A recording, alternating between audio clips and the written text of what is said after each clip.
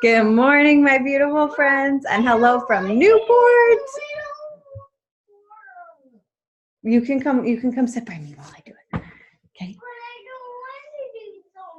I know, sweetheart, but I'm going to be fast. Okay, so we did a poll in our Facebook accountability group, and I asked everybody, okay, what are you struggling with the most? And the poll that got the most votes was how to stay motivated. And oh my gosh, I understand completely 100%. So welcome to our nutrition bootcamp call. If you're watching live, if you're not, that's okay. The recordings will always be in the unit section of our Powerful Beyond Measure Fight Club Facebook group. So welcome. I'm so glad you're here. Okay, so I wanted to get started with a little story. So me and the coaches on my team have been reading this book. It's called The Slight Edge. So good. And throughout the whole story, there's a story that he refers to over and over and over again. So, and it's a very, very powerful story. So I'm not going to read the whole story to you because that would take forever, but I want to recap part of it in this call because it is very, very much a part of how you stay motivated. So essentially there's this rich father who has his two sons come to him on his deathbed basically. And he's like, okay, I'm going to give you a choice and you get to choose. Do you want $1 million? Let me see. I'll offer the same choice to you both. $1 million cash right now, or a single penny compounding every single day for 31 days. Okay. So they get to choose. Do you want $1 million cash now, today, or do you want a single penny compounding double every single day for 31 days? And he gives them each this book, right? And in it, the book has multiple stories. And one brother decides to actually read the book, and the other brother decides not to. Goes to the dad the next day and says, okay, I've made my decision. And one brother picks, I want $1 million now. Yay. And the other brother says, I'm going to take the single penny compounding double every single day for 31 days. And then it goes on to share what he ended up getting. So this is the second brother who just chose a penny. So he's talking to his other brother who chose $1 million, and he says, I went to see father again the day after we all met, the first boy told his brother.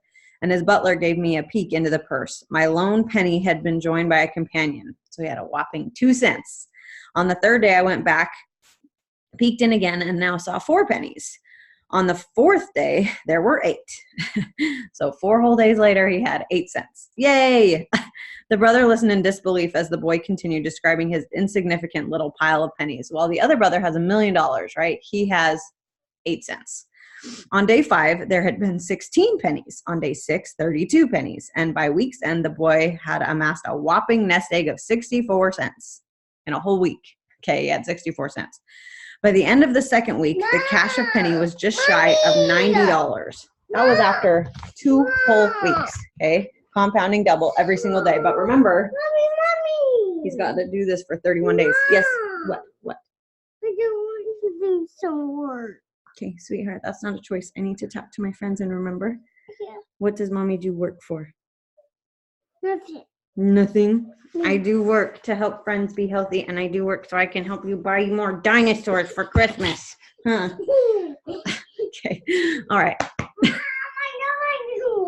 You don't want me to work? No. Okay, well, then I don't want to buy you dinosaurs for Christmas. Okay. No, not okay. Stinker, my stinker. Okay, let me talk to my friends, please. No! Yes. No, I don't want to. Okay, sweetheart, you have a choice.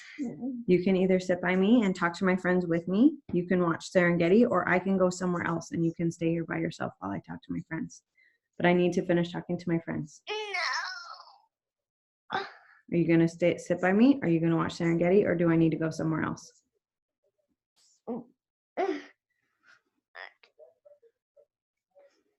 Mind you, it's 6:27 over here. He should be asleep. That really should be the choice. You need to hurry because my friends are waiting for me. Okay, go watch Serengeti. Thank you, sweetheart. Okay, sorry. So by the second week, remember, he started with a penny on day 1. And by the second week, he had $81.92. Okay, bring it over here and I'll help you. Not even enough to pay for a decent dinner for 2 at the hotel where his brother's Ace Financial team had their base of operations. Because remember, it didn't pause, sweetheart. It just has an ad. There's always ads. You know that. Just be patient and it will stop. Okay. His brother had $1 million, so he had plenty to buy an awesome dinner, right? Not a few days into the 3rd week, the purse had grown to $655.35, barely enough to sustain the boy on his own for a week. You poor sap, cried his brother. I can't believe you went for the penny. But it's not too late. Visit our father, see if he'll let you change your mind. Even if he gives you only half your million, it's certainly better than scraping by on what you've got now. Or at least let me help. I can't stand the idea of you venturing out into the world with scarcely enough to feed yourself for a week. But the first boy wouldn't hear of it. So then it goes on to the first brother ends up in the red, actually. He got $1 million. He tried to make what he could out of it. And because of all the expenses that it took of trying to start his business idea, he ended up $250,000 in the red. On day 28, the first boy, who started with the penny, had passed the $1 million mark. On day 29, the $2.5 million mark. And on day 30, it exceeded $5 million. And day 31, when the butler handed his purse over to his care, it topped out at $10,737,418.24. And it started with 1 penny on day 1. Okay, so if you want to do the math, you totally can. But it's like day 1, he had 1 penny. Day 2, he had 2 pennies. Day 3, he had 4 pennies. Day 4, he had 8 pennies. Day 5, he had 16 pennies. And doubling every single day for 31 days ends with over $10 million. Okay, and the point of me sharing that story with you is it's just like your health journey. Okay, and everybody wanted to talk about how to stay motivated. And the way you stay motivated is to keep this, I like to call it the compound effect or the slight edge, in mind. It doesn't feel like it makes a huge difference when you push play and you choose to work out one day versus not. And he talks all throughout the book of all the things that make a huge difference in your life, in your finances, in your health, in your marriage, and everything that's important to you. It all starts with a very, very simple and easy decision. It's very easy to tell your spouse you love them, and it's very easy to also not tell them that you love them. If you're trying to keep your house clean, it's very easy to do your dishes, and it's also very easy not to, right? But if you make that a habit every single day to not do your dishes, what do you end up with? A sink full of dishes and never, ever, ever having any clean dishes to use when you want to eat, right? But if you make it a habit that you're always, always, always doing your dishes, even when it's easy to do it and easy not to do it, you will always have clean dishes when you want to eat. Same thing is true for all things in your life that matter to you. And you can't see the difference that it's making in the moment, because again, it's easy to do and it's easy not to do, but the compounding interest and the changes that you're making long term, that's why some people end up getting divorced and some people don't, yeah? Because of this concept, the compound effect or the slight edge. It's the small, simple choices every single day. It's how some people end up obese and super unhealthy with heart disease and all the problems when they're in their 50s, 60s, and some people don't. And they're 40, 50 years old and still look like they're 30. It's the compound effect. It's the slight edge. It's those things in action. Okay, so now that you know that story, I want to read this paragraph. Now imagine that instead of a penny doubling every day, it's your health that you're increasing by 1 penny's worth, and then by 2 pennies, and then 4, then 8, and so on, up to $10 million. If you could come up with something that would make you feel 1 penny's worth better, could you do that every day? Of course. A little moderate exercise, a brisk 1-mile walk, 15 minutes on a treadmill, get your heart rate up slightly, no big deal. And your reward when you get up the next morning, do you feel better? Not really. That is, not noticeably. Maybe just a little. Say a penny's worth. Hardly seems worth the effort. And after a week, you're feeling 64 cents worth better. Big deal. You've had to put up with some rainy weather, walk through a few stiff muscles, and miss your favorite news program. And after all that, it's not like you're feeling like $1,000,000. Hey, is this all really worth it? Maybe not. But then what if you kept doing it anyway? What if you eventually felt like $1,000,000? No, 10 million. But what you need to start with is the penny. Okay. So he's emphasizing in this chapter, like, you have to start somewhere. The $10 million results is not just going to appear out of thin air, right? You have to start with something, and it's going to be small, and it's going to feel insignificant. It's going to feel really small when you choose to get a grilled chicken salad instead of a Chick-fil-A burger, yeah, or whatever. Like, those choices seem very insignificant, very small. Are they really making any difference? Doesn't feel like it, not at all. But if you continue those small habits, those small good habits, they will change your life. If you continue to push play every single day, it will change your life. If you continue to choose to eat fruit instead of cookies, it will change your life. And when I started my coaching journey 4 years ago, the first personal development book I ever read was The Compound Effect. And I had never, until last night, actually, when I was reading that chapter that I just read to you, I had never attributed my discipline with working out 6 days a week to my belief in the compound effect until I read that chapter last night. Because I liked to work out. I grew up a dancer. And so I really enjoyed movement and moving my body, but I was not consistent with like working out 6 days a week. Like, it was maybe 3, even as a coach, like my whole first year as a coach. When I was pregnant with Holland, I worked out, and I made sure and put evidence of it everywhere when I did work out, but it wasn't every single day. And but then my belief in the compound effect started to grow, and I started to work out more regularly. And it wasn't just if I feel like it, it was no, I'm going to do it, and I'm going to get it in. And then it turned into no, like, I work out 6 days a week, like, no ifs, ands, or buts about it. Like, and now with the 100-day workout, sometimes I'm working out 7 days a week if I can do one of the stretch ones on Sunday, because I really like to have Sunday be my day of rest. So unless it's a stretch, I'm not doing anything on Sunday for my own personal reasons. Yeah. But my discipline has changed so much because my belief in this has changed so much. So that's why I really wanted to start out this call with like giving help and advice on how to stay motivated with this. Just know it doesn't feel significant in any way, shape, or form for you to pick a salad instead of a burger, okay? But it is making a difference, I promise. And if you continue to make those healthy choices, it will compound into, oh my gosh, you're 50 years old and you can still run marathons. Okay, maybe you're not a marathoner, but you get the point, yes? That's the difference between the 50-year-old who looks like they're actually 80 and the 50-year-old who looks like they're 30, yeah? The compound effect, the slide edge, these little things compounding over time, those little things that feel like they're not making a difference at all, and you just keep doing them. You just keep doing them. Just keep swimming, right? Okay. Another thing that will help you stay motivated when you're like really struggling to not know what you're here for, why you're doing this, is to know why you're doing this. You have to find your why. You have to find your reason to push through on the hard days. You have to find your reason for why you're going to show up when you don't feel like it, when you don't want to.